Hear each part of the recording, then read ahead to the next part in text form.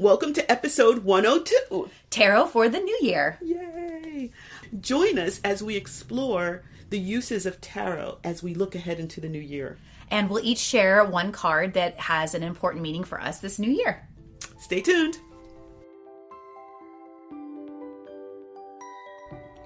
Welcome to the Witchy Wit podcast, where we look at life through a witchy lens. I'm Kimberlyn. I'm Leilani.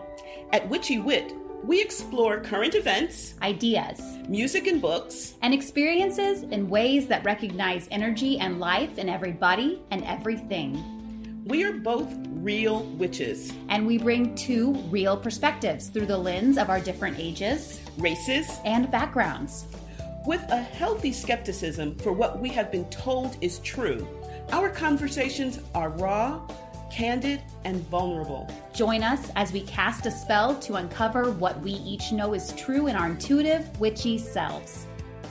Welcome to episode 102. Tarot for the New Year. Yay! We'll talk more about what that means, but I'm so excited about this because we've done some New Year things and we've done some tarot things, and now we're doing something that kind of combines two of things that I really enjoy exploring. So, yay! It'll be really fun. We will talk about our process with tarot for the new year. One particular card for each of us for the new year, and then we will also read a poem. Yay! But before that, maybe we could check in. Sure. So, so would you like to share, I don't know, anything that's been going on for you right now? I would actually like to share. Thank you for asking. So I wanted to share a little bit about an experience that I had. I was recently at a rave, and I was in this moment of flow, which was really just a delight where I totally lost track of time and space, and I was dancing and energy. There was an energy exchange between me and some other people nearby, my partner included, and then some other people that we met.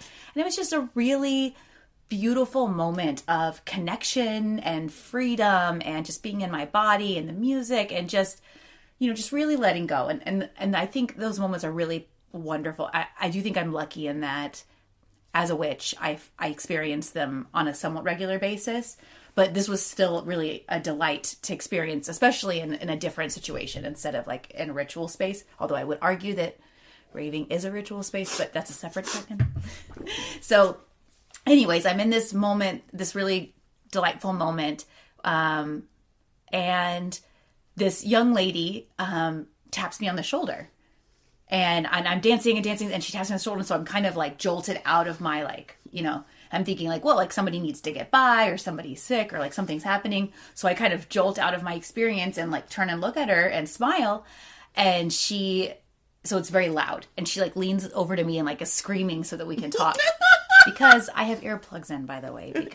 Because you're smart. Because I'm smart. Mm-hmm. So I have the high fidelity earplugs in. So she like leans over to me and screams, how long have you been going to raves?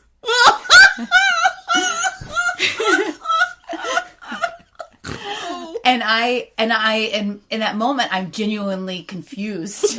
I do not understand why she's asking that and what that means. I thought she was going to ask to get by or like say that she, like somebody needs help or something, which is like common things, So I'm like, I yell back at her like a very long time. I don't know. And then she like looks at me and like smiles, and then she like leans over again and she yells, I want to be you when I grow up. And hey, tell her, take a number, okay? So do I. So by the time that happens, I've kind of figured out what she means and what she's going after. Like I've come back into my brain and my body enough that I like understand what she's saying. So I just tell her I love her, and I hug her, and I tell her to drink water. And I'm like screaming because, it's very loud. And then she like turns around and disappears, into the crowd. And then I'm just kind of left stunned. And then I'm like, oh shoot, I should have told her to like go to school, like I just like a commencement address. Right. But yeah. So what are your feelings around this? What are you taking from this? So it was a bit jarring because I was, even though I do think it was very sweet, it was a bit jarring to be like ripped out of my like ecstatic flow experience. However, I appreciate what she was doing and her bravery for coming up to me, you know, because I remember having this experience once whenever I was younger where I was with some people and they like, a friend turned and whispered to me like, I really like that woman's dress, you know, and I remember thinking like, why are we whispering a compliment? You know? Yeah. But because you know, want, yeah. Yeah. So like, I kind of feel like it's way braver to voice those. And I appreciate that she voiced it. It was a bit jarring. Also, I just think like this is like I'm embracing this new part of my life as being like rave mom, or like there's another woman in our circle, and her and I've had the conversation because we also go to the same gym about being gym moms. Like we're the gym mom, you know, like we tell the kids like drink enough water. You know, if you're gonna do that, make sure you drink enough. You know, I don't know. Like we just, and she seems to take well to that. So I'm hoping to model some of my behavior after her and just like really I love the idea of being a rave mom. Rave mom. Yeah. Rave mom. Drink. Don't forget to drink water. And go to school. Go to school. And always turn your face to the sun. Right? Is that an allusion to the... Oh, no! Well, to my tarot card? That will come back. Okay, we'll come back to that in just a second. Maybe after you check in me, come back to that. Oh, well, you know, it's so funny. I think it's actually... People will understand what I just said a moment ago after our next episode, because in that, one of the things I said in that episode was how I love you so much, and the way that you interact with your intuition. One of these days, I'd like to be where you are. So I say I want to grow up to be you. So I'm just thinking. I want to grow up to be you. Oh, thank you. Good. Maybe we can change places, like Freaky Friday. Like Freaky Friday. Just for a day, and we're like, okay. Ready to go back now. Oh my gosh, how fun! Well, fun on a certain level, and then kind of like on an. I do want to say, like, I really like it, and I like that energy. It was a bit jarring, I'm not gonna lie, and I'm like ready. I'm ready for it because you're ready to embrace it. I am, because I feel like I'm so grateful that I'm at the communities I'm a part of. There are so many powerful people who are older than me, also younger than me. So like I have a lot of really great examples. I mean, I went on the Camino with you. What an awesome example you set for me. For an old woman going on the Camino. We can do that. It doesn't matter who you are, what you are. You can also do a Camino. That's right. Yeah. All the people walking by me like ask me, is she okay? We saw your friend. She's still alive. She's still good. I'm like, thank you for all the social media messages I would get. Is she okay? She's not in any of your pictures. Yes, she is. Shit, I didn't want to post pictures of you. It's your own experience. I don't... And of course, I'm not posing, so they're like, "Oh my god, like you're dead." I know, but you know, here's the thing: if they stop for a moment, quiet down, say, "Okay, wait a minute," they'd remember she barely posts anyway. So it's just like, well, how is it going to be different when I'm away? You know, right? When you're on the Camino. Anyway, so why don't I share a little bit of what I've been thinking about? I would love that. So our episode is on tarot for the new year, and we're going to talk a little bit more about what that means. But one of the things that I like to do is a vision board for the year. And I was kind of panicking because I usually like start pulling stuff and you know, pictures and things like that, like weeks and days in it. Let's be honest. I love how you went months, weeks, days. Like verbally, I heard it. Heard me like, okay, let's get real. That is a raw, kind of vulnerable moment right there. Thank you for acknowledging that. So, but you know, or sometimes hours before, and I was beginning to panic, which is not a good mindset or like physical, emotional space to be in when you're trying to look at your new year. Yes. And I've gone to for drinks with a mutual friend of ours. Actually, a woman who has been on our podcast, the feminist shaman, astrologer. Yes, that's it. Yes, and she was saying how she's going to be approaching this, being an astrologer, as going from the new moon to the full moon. So like by that, I think that's like middle of the month. And all of a sudden, I got permission from someone else to be more relaxed about this. So the years, it's not like the year, I can only plan the year on New Year's Day. And so I'm going to do my vision board, and we'll talk more about that because of our tarot in a bit. But I can be more relaxed, and I can just do, I have tons of magazines that I've collected over the year, and I can be relaxed about pulling things out. And sometimes I just click because a word will jump out at me. Sometimes it's a picture, and I would say 97% of it does not make it on the vision board. But part of the experience is is pulling that. And so now I have permission, because I apparently can't give it to myself.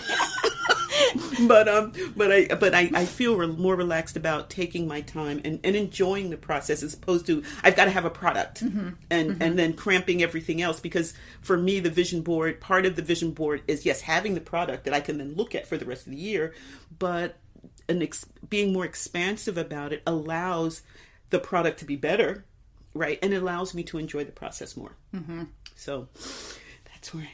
I love that. And I love that she like offered you that and you accepted it. And then, I mean, who knows? Maybe it's a process. Maybe next time you'll be able to generate it from within. But it's nice. I think that's why it's so awesome to have community. That's one of the things one of my goals is creating my tribe for the year. So anyway, and I'll talk more about the vision boarding because of our talking about tarot.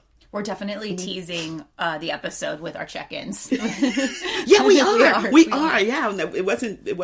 I didn't do it on purpose, but there we have it. So this is our 5th tarot episode. And I think the first was just, what is tarot, etc. And I think maybe we explored like our favorite cards. Yes. But I thought maybe we could just kind of go through that just for, I of course don't have any of the episode numbers, but you can look them up.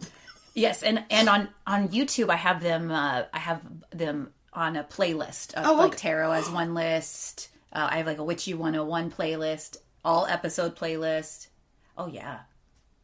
People cannot see me, but I'm leaning back with my mouth agape. Again, just like wanting to crawl in her skin and just be in.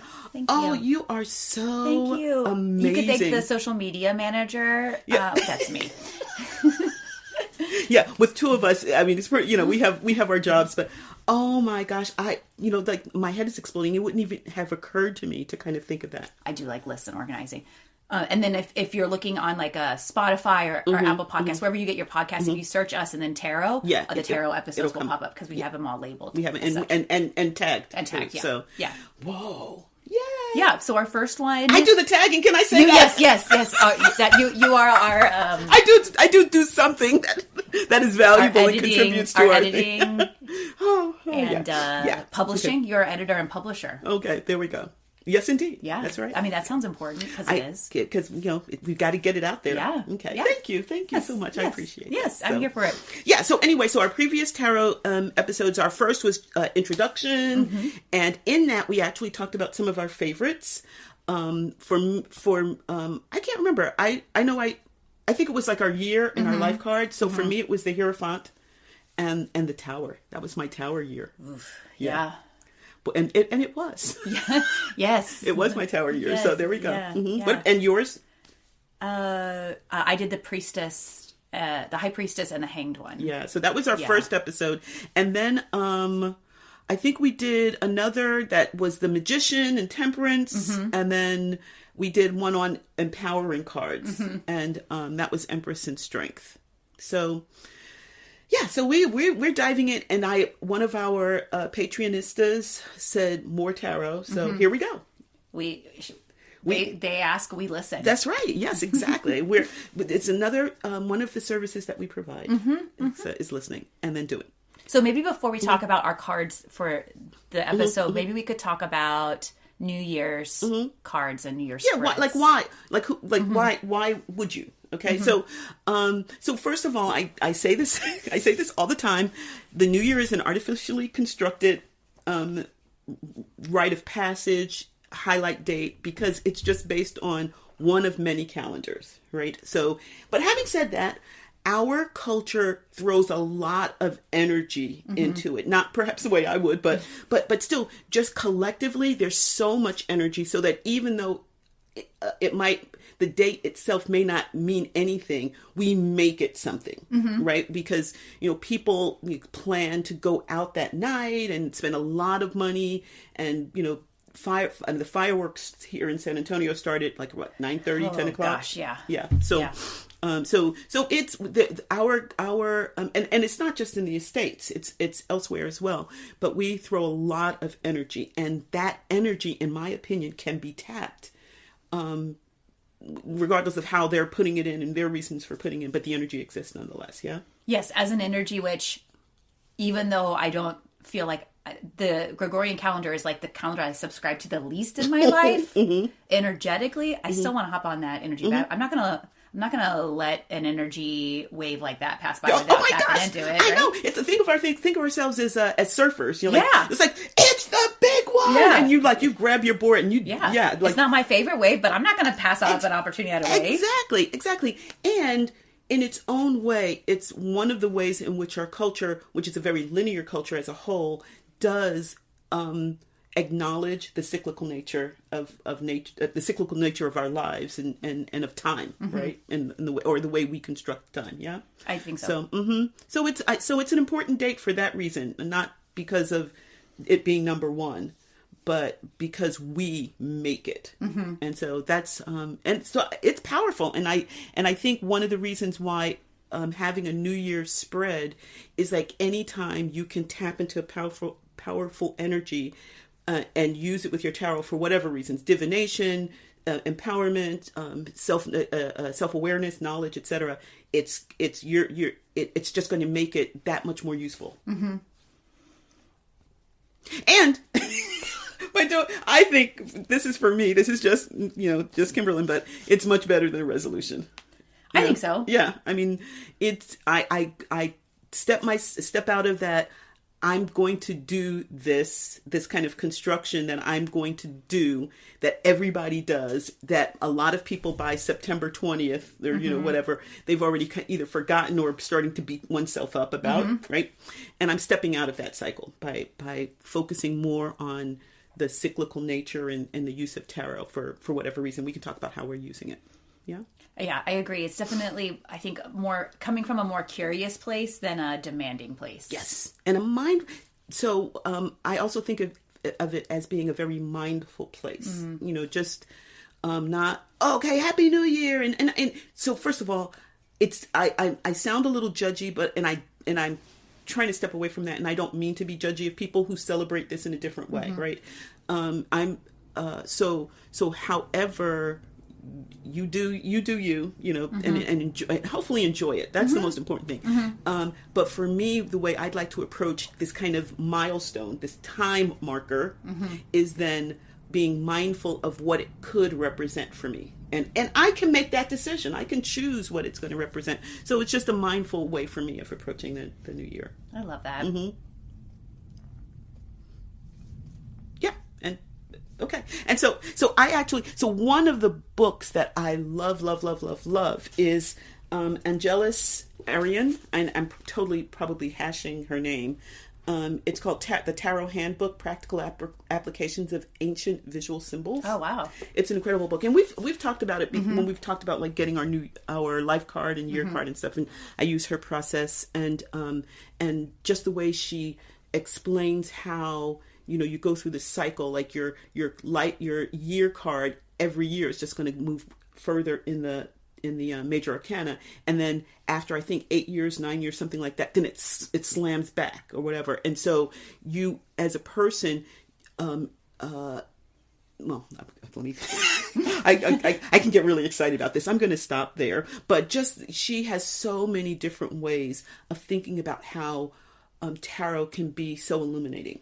that I think it's important. And I think we talk about that in our very first tarot episode. So if you are interested in the process that we use to figure out our life card and our year card, you can go back to that episode and you actually walk us through that process. Okay, good. I can remember. And then we share what ours are as an example. Right. So. Yeah. So I'm just going to really briefly say some of this, and then because, as I said, we've talked about it, but just for those of you who are not tarot practitioners, the idea is that the major arcana really delves into archetypes, and so I think I actually mentioned in an episode that Jung quotes this as the psychological mechanism of transformation energy is the symbol. And these are just a bunch of symbols. They're a collection of symbols, no matter which deck. And we actually are going to be talking about 4 different decks. So, and that the tarot is this visual symbol of that bridges the invisible, the collective unconscious, the hidden, the arcane, the stuff that we kind of feel and know but we don't articulate, and make it more visible so that we can then work with it. So I think that that's super important, and that as markers they can just be used to really enhance our experience and enhance areas of our lives that we want to work on. Yes, very like moon energy and sun energy. Sun energy. Sun energy. Okay, another Easter egg. Yes. Another Easter egg. Yay. Okay. So, one of the things that I'd like to talk really briefly about is, spreads and then how we're using them. People often don't talk about this. I think the kind of most common pop culture view of the tarot is as fortune teller. As divination of the future, but it's also divination. It's divination in as much as you're divining. You're diving deeply into something, and it could be the present, it could be the past, it could be into my personality, it could be into my psychology. And so there's a number of different ways you can use it. One of the things that I like to do is often use one of the cards as a meditation symbol. Where you just sit and instead of focusing on a candle or a fire or whatever, focusing on that symbol. So, there's a number of different ways, and we'll talk about this a little bit as we move on to spreads. Yeah. So the very first spread I ever learned that whenever I learned tarot was the Celtic Cross. Which is also, I learned later, is also called the whole person spread. Oh, I've never heard that. Yeah. That makes sense. I can't remember where I read that, but someone calls it the whole, the whole person spread. So you want to talk a little bit about it? So it's the oldest known spread that it goes back to the Middle Ages. The most common, which my experience matches up with that it's the most common. I really like it, and I find that I use it when I do most of my readings for myself or for other people. And sometimes I actually do chunks of it, and I might take out like the tower. The 4 cards on the right hand side, I might take that out and just do the center part. So like I kind of sometimes will chunk it. So it sounds like a flexible tool. I think so. Yeah. So I never thought, I always think, do I have time to really do this? But I could just focus on the parts of the cross that I come from a Christian background, so the minute I say that, it's like it brings up a whole bunch of other things. But I can focus on a part of that spread that is more pertinent to me at that time, or that I'm more curious about. Wow, see, I learned so. Oh my gosh, thanks. I'm lazy. Well, wait. Why do you say that? What does that mean? Oh, I was just joking. Okay. Like, sometimes I don't have time, or I don't want to do the whole. Oh, gotcha. Like, I don't want to give all that energy. So I've what can I focus on? Where can I put my energy? You figured out ways to really kind of like hone in. Be incisive. Yes. Okay. Yeah. I would. And you can call it lazy and be funny. I like to think of it as I'm focused. Yeah. No. Yeah. I'm mindful of my energy reserves. There you go. Thank you for reframing that. I appreciate that. But you've given me another way of using that tool. You've given me more insight. Thanks. Gosh. Okay, so that's the Celtic Cross. We're actually not going to do a spread today. So for those of you who are wondering, but we just wanted to kind of mention that. And a number of the different sources, when I looked this up, said that this is one of the kind of the best for an overview. And you can kind of focus it, and as you've just said, you can actually kind of be incisive and cut parts out and do that. So that's the Celtic Cross, also known as the whole person spread. And then I think you told me about this one last year, or a couple of, whenever, is the 13 card spread, where you have one card for each month and then one last card to kind of represent the overall theme. Yeah, I will, what we mentioned earlier with using numerology to get our year card, I will do that and then pull whatever that card is for the year. I will put that in the center, and then I will shuffle my deck and then draw one card for each month with January at the very top, and then I'll go all the way around sunwise for the year. And then I write that down. I have a picture of it on my phone right now. Then I write it down in my journal. And then I do bullet journaling. And then each month I'll put my month card. Gotcha. Yeah. That's so inspirational to me. Thank you. Thanks. Yay. Thank you. And then there's tons of 3-card spreads. In fact, I think we've used the tool, the ritual calendar. You've used it, and they have tons of different ones in there. And but one that I saw, I think just in scanning maybe the internet, is the 3-card spread for the future. And it's basically, this is one of many, but this is the one that kind of resonated for me. So you're going to actually draw 3 cards, and one is where you stand right now at this moment in time, which probably is going to be January 1, but if you decide after listening to this episode, which will probably come out at the end of January, you can still do it. Just throw some energy in it. Where you stand now. And then what you aspire to, that would be the second card. And then the third card would be how to get there. Ooh, I really like that. I've never heard Isn't that before. Nice? I was just I was thinking, what kind of other spreads are there, right? And then I just happened, I was visiting over at a friend's house, and she has tarot books. And I saw this in one of her books. And this is called the Vision Board Spread. Oh. And it's basically... it's a 9-card spread, and I have it somewhere, I have it on my phone. But basically what you're doing is you are drawing cards that are going to help you as you create your vision board. So well, that's fun. Isn't it fun? And I literally found this on New Year's Day. Oh my gosh. Isn't that amazing? So I'm just going to say really briefly what they are. But so the first card is, what is the overall overriding theme of my vision board? The second is, what are my wildest dreams? The third, what types of images resonate with me?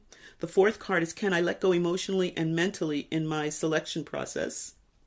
5 is, where do I want to travel? 6 is, how do I want to make a difference? 7 is, what do I want to attract into my life? 8 is, what tiny adjustment can I make to manifest this vision board? Maybe pull some papers. And then 9, what happens when I take action on my dreams? Isn't that amazing? That is. I love that so much. I'm going to, I actually did pull that, but I won't talk about all those cards now. But anyway, those are just, and those are 4 different spreads. There are hundreds, thousands of spreads out there.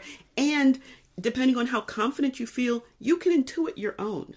Right? I just happened to look and see which ones were out there just as a tool for the episode. But I have also sat down with my cards and just sat for a moment and asked myself, okay, how many cards am I going to draw? 1, and that kind of thing. And so I would encourage people to play with this, because the tarot is there for you, for us all. So having said that, all right, let's talk about the cards that we are pulled. Would you like to start, or shall I? Me? Okay. So, I'm my 2025 card by using my month and date and day of the month on which I was born, and then adding that to 2025 is the Hermit. So all right. So the Hermit, first of all, when you think of the Fool's Journey, divide up into thirds, it's the end of the first cycle of the Fool's Journey. And so it's a really propitious card for where I am right now. I think it's, the Hermit, so a little bit about the Hermit. The Hermit is considered the wise one, or the way shower, or the leader. In many of the pictures, it's usually an entity with a light, often at night, and they're holding the light and they're looking into the distance. The light is showing them what they want to see or what they need to see. There may be other people, and usually they're by themselves, because it's also about introspection. I think in one of my descriptions, they talk about introspection, contemplation, reflection, going in, so then you can be a way shower outside, but you have to go in first. So, let's briefly talk about our decks. Okay. Because we have been using the same decks for all of our episodes thus far. Yeah. I mean, we don't have to, but we just have. And so one of my decks is the Syrian Starseed deck, which is really visually very saturated colors, big, large cards, relatively non-traditional symbolism.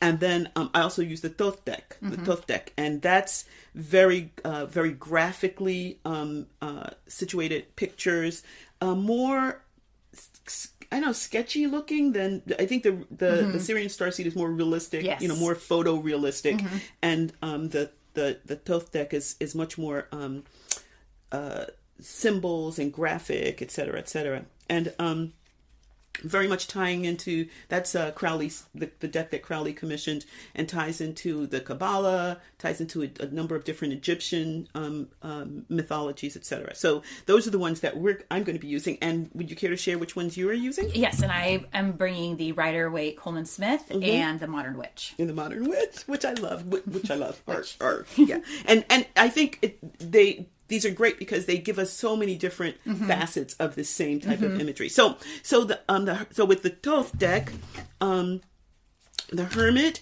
is the description of it is about completion, introspection, and space. And in it, we see a number of different things. We have a Cerberus, so that's the three-headed dog. We have this being. You can barely, their back is to us, kind of, or side and back is to us, and you can kind of see a little bit of the face, but really what you see is like their hair coming back over their shoulder, and they're wearing this like burgundy red coat, and I'll come back to some of that. There's like this egg with a serpent wrapped around it. We see like what I consider either a tadpole or spermatozoa. Yeah. Sperm. Okay, there we go. And then behind it is just these blue washes, like maybe waves or something like that. Some people actually call this part here like sheaves of wheat. Oh. And they call this a Virgo card. Believe it or not. Oh. Yeah. Go figure. Anyway, so that's in the Thoth deck, and basically the Cerberus, two of the heads are looking forward and one's looking back, and so some of the symbolism of that is that you need to complete something before you move ahead. So completion before initiation. That there's shadow to be explored and incorporated before one can become whole. This is such a great card for. I mean, I'm so feeling this. Ooh. I am so feeling this. Wow. The burgundy coat represents blood, which for many in a lot of the Egyptian symbolism was integrity and honesty, because it's like the essential you, and that's something also that I'm exploring. And then the egg wrapped with the serpent is the ability to give birth to new physical and spiritual forms. But again, before I can do that, I've got to do some shadow work. Okay. And then the sperm and the egg both represent like the ability of this entity to create new ways. In some cases, in some of the things I've read, like new religions, that kind of thing. So, one of the things I read was about Martin Luther, the 95 Theses, and that he had, I can't remember if it was his year card or his life card is the Hermit. Wow. Yeah. And you saw what he did. Oh yeah. So I've shoes to fill. So just the basic symbolism for me is like basically this creative healing type of energy. And one of the things they talk about is this idea that it's manifest, like it's through my hands. I have to express it. I've got to do this, but I've got to do this work first. And that's but I've got to. Like that's what's driving me, that moving forward, I want to move forward, and I've got to make sure that I complete. Wow. Isn't that powerful? That's I love really it. cool. So, and then in the Syrian Starseed deck, it's called Reflection.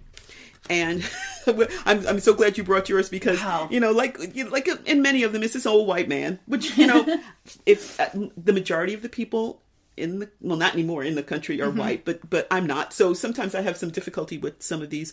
But what I love about this is, he's wrapped in his cloak. Wrap your cloak around me. Yes. And he has a staff, but his staff, the end of his staff is an elk antler. It's an antler. Oh. Yeah, so okay. Yeah, so or a stag or whatever. And then it's from one of the tines of the antler that the lantern is being being dropped. So and then there's everything is like these dark blues you can barely see except for the part where the light is illuminating. But in the dark, I don't know if you can see, there's a cherub. It's hard to see unless you're really, really looking for it. And to me, that's again the end of the first cycle of the Fool. So it's kind of representing representing that new energy that can come from the Hermit. Once the Hermit goes into the cave and does the introspection and becomes new and can kind of create that. So this idea of resting and reflecting, hermitage from the distraction of people and events so that one can do that work back to the quiet of nature, and the idea of nature being truth. And that we create all of these other accretions on top of nature, which may also be true, but it kind of sometimes keeps us from getting to the truth. Yeah. So in the Syrian Starseed, they often have journaling and meditation questions, and in this one, the question, there were tons of them. I just chose two. How am I quieting my mind to contemplate higher truth? And am I able to be still and listen to my inner voice? Good questions. Yeah. So, yeah, I have no answers. But so I would love to see what your decks have with the Hermit. Because, like I said, it's always a nice contrast. Yeah. Yeah. So the first one is the rider-waite, Pamela Coleman Smith. And so I pulled that. And I think you can see a lot of similarities. Yeah, it's the same. It's an old white dude with a white beard. Yes. And a hood. In a cloak with the hood and the lantern. In his case, he's holding the staff in one hand and the lantern in the other. Which, in the Syrian Starseed, he's holding the staff in the same hand and the lantern is out to the side. Yeah, yeah. And it's just him alone in like it looks like a mountainous area. So that idea of, moving away, being, stepping out of the world to be able to do one's work. And, excuse me. And, he's looking in the rider-waite, he's kind of looking down at the world. So he's really, really divorced as opposed to in the Syrian Starseed where, he's looking out. And so I think there's different kind of symbolism about it. Yeah. And then in the Modern Witch, I think I can Which I love so much. I can visually see how these are all related. I think it's a really cool take on it though. In the Modern Witch, so all of the characters are women in Modern Witch, and she is facing the same direction as the others. Yes. But instead of holding a lantern, she is closing a laptop. Oh my gosh! Oh my gosh! Oh my gosh! I didn't even see that.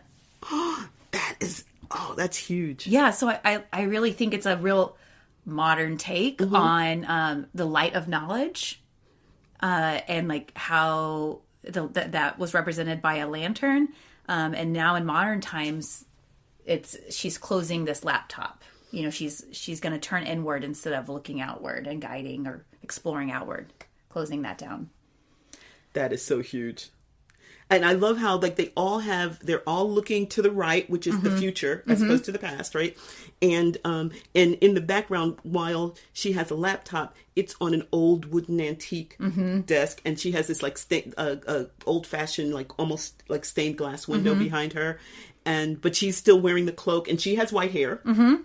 Wow. So she really taps into that Hermit energy, but in a very, very modern and fresh way. Yeah, I see the window behind her mirroring the imagery of the lantern. Like it's kind of similarly constructed, shaped similarly.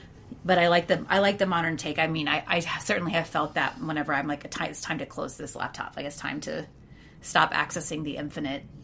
It's the multitude of sources of information, and then and shut down for a bit. Yeah, Literally shut down. The laptop shut down myself in a way. Beautiful.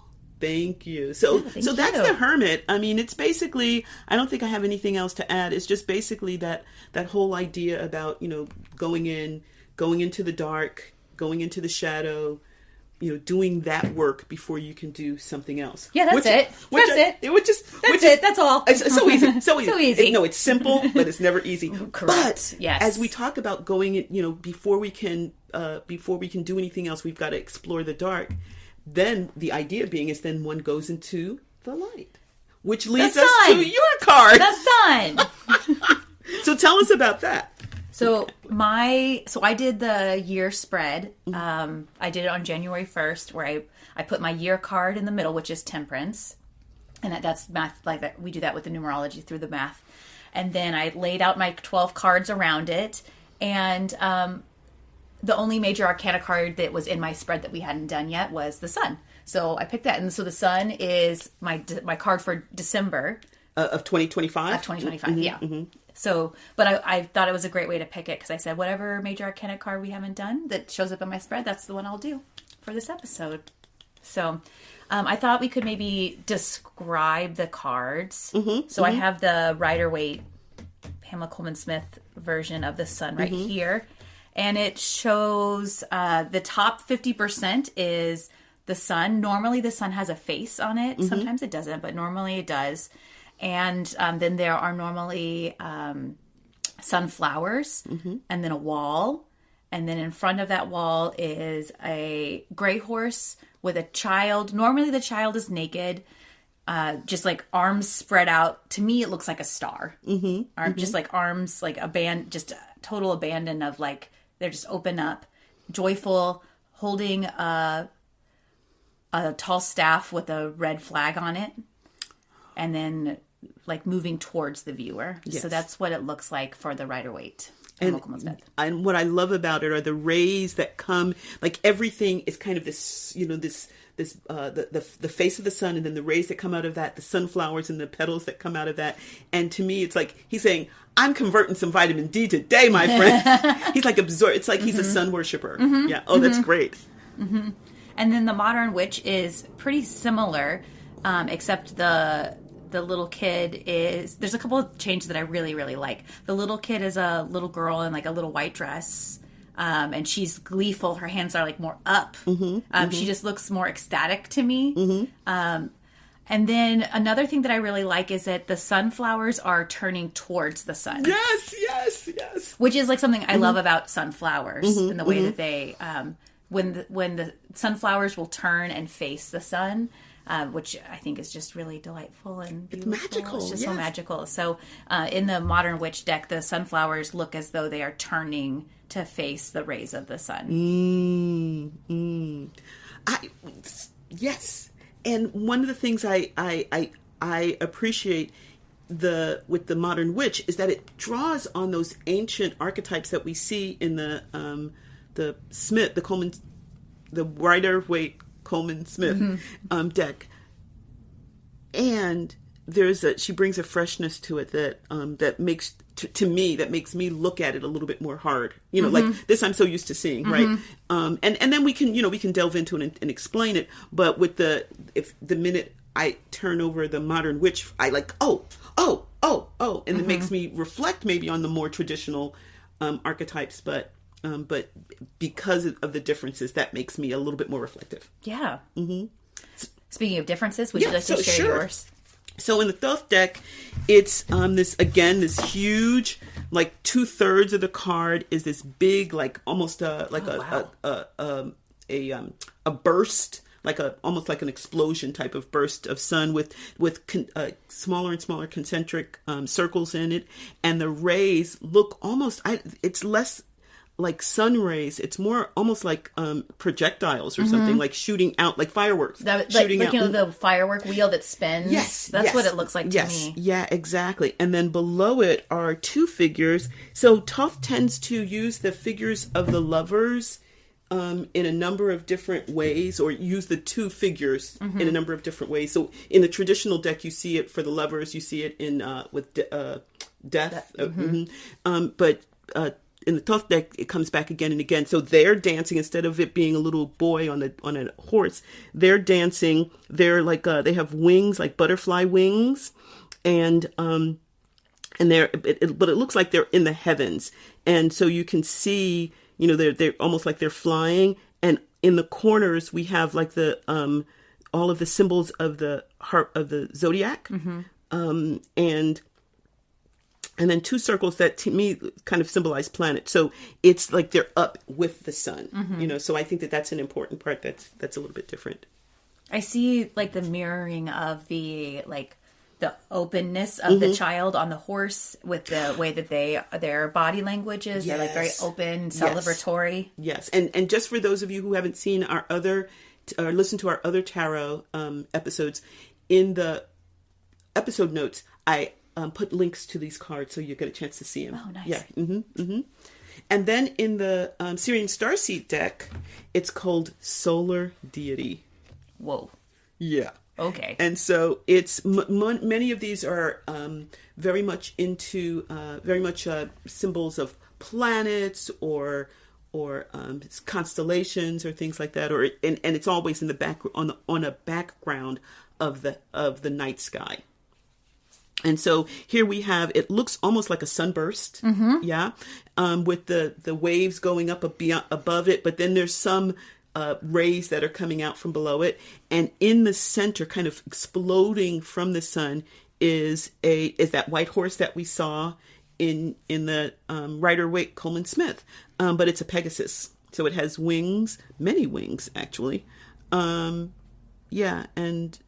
it's a really explosive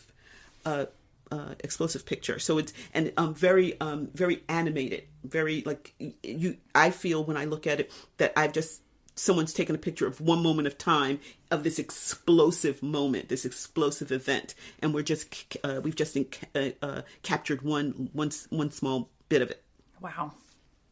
Wow, that's powerful. Yeah. So what, when you think about the sun, and particularly as you approach December, what are some of the things that are going to be going on in your head? So for me, the main thing when I think about the sun is this idea that the sun is a part of life itself. It's what gives life. It's what we center, like literally our universe is centered around the sun. Like literally that's what our planet is orbiting around it. And our days are structured around sunlight and darkness. Our lives are structured in that way. So for me, I think about life itself. I also think the other major point that I think of is that the sun is like our consciousness, whereas the moon is like our subconscious. The moon is like what's below that level of consciousness, and it's nighttime. And then the sun is consciousness. So those are the two things that I really frame my understanding around the sun card. And it makes a lot of sense to me when I look at the card itself and I see the sun is taking up like 50% of the card and is like up over looking down on, like literally looking with a face and representing our consciousness looking onto this child. So.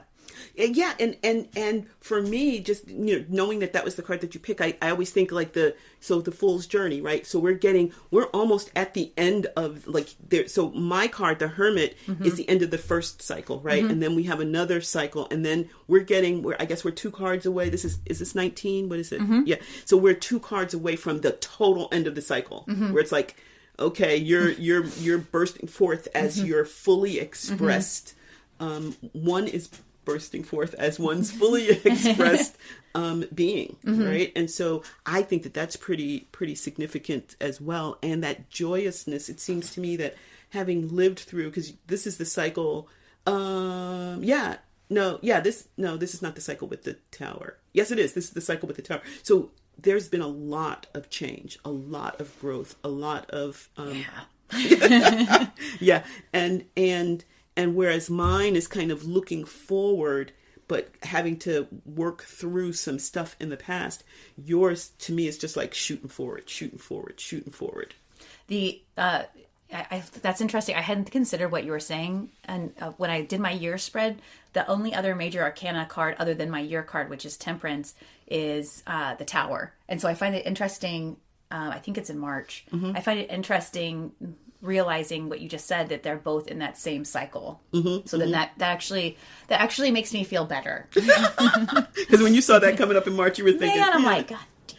But yeah, but you got December. It's my least favorite card. Yeah, I know, and we know that it means blah blah blah blah blah. Neener neener neener. Neener neener neener neener. And wanna. Exactly. But again, this is, the sun is like I am showing, the hermit is like looking at the way. Mm-hmm. You're like you've got products. You've borne fruit. You've created. You've expressed in this card. Yeah. So it's like pedal to the metal. Let's do this. I love the way that you say that. For me, one of the big points of the sun card is that it's these past workings are now, you said, like born fruit. There's literally something coming up from this, and it's metaphorically or literally the child in this, but it can also metaphorically be other things coming forth from the life that we have been working on. Under these rays of the sun. Like, what have we been working towards? There's fruit from that, and it's it's a good outcome. It's positive, it's celebratory, there's confidence, it's successful, there's life in it. That's a damn good December, girl. Right. Which I'm like, okay, so the tower is like that's okay. It just makes me feel better now. Knowing that when you get to December, it's going to be like, Right? It's okay. It's going to take deep breaths. One of the other things that I really think is cool about the sun card is anytime I am doing a reading with it and I pull it out, thinking about how the sun can brighten other cards around it. Yes, its impact in the spread. Yeah. Oh, we need to talk about that one day. Talk about spreads. Oh, yeah. That's another episode. Would be cool. Yeah. See, we never run out of ideas. We never run out of ideas. And I have a couple of people that we can invite to be a part of that conversation. Ooh, that sounds fun. Yeah, you heard it here first, folks. I love it. That sounds fun. Yeah. So I really like looking at the way cards interact with each other in the spread. I don't just read with the card in the position, but how it relates to things around it. And when I pull the sun, I think about it. I literally picture the rays coming off of the sides of the cards and going out onto the other cards. Yeah. And how might that brighten? How might that lighten? How might that cast and shed light on those cards? I love that so much. Thanks. That is wonderful. Yeah. So that's your December card. And what did you say your year card is? My year card is Temperance. Ooh, yes. Okay. Which is a card I like. Yeah, so that's good. It's so funny because that's a little bit of a hard card for me, but we can discuss that another time. Yes, but, I'm not a very patient person, so Temperance is not an easy card for me, but it's one that I can get behind. You can get, okay. Unlike the Tower, which I really struggle with.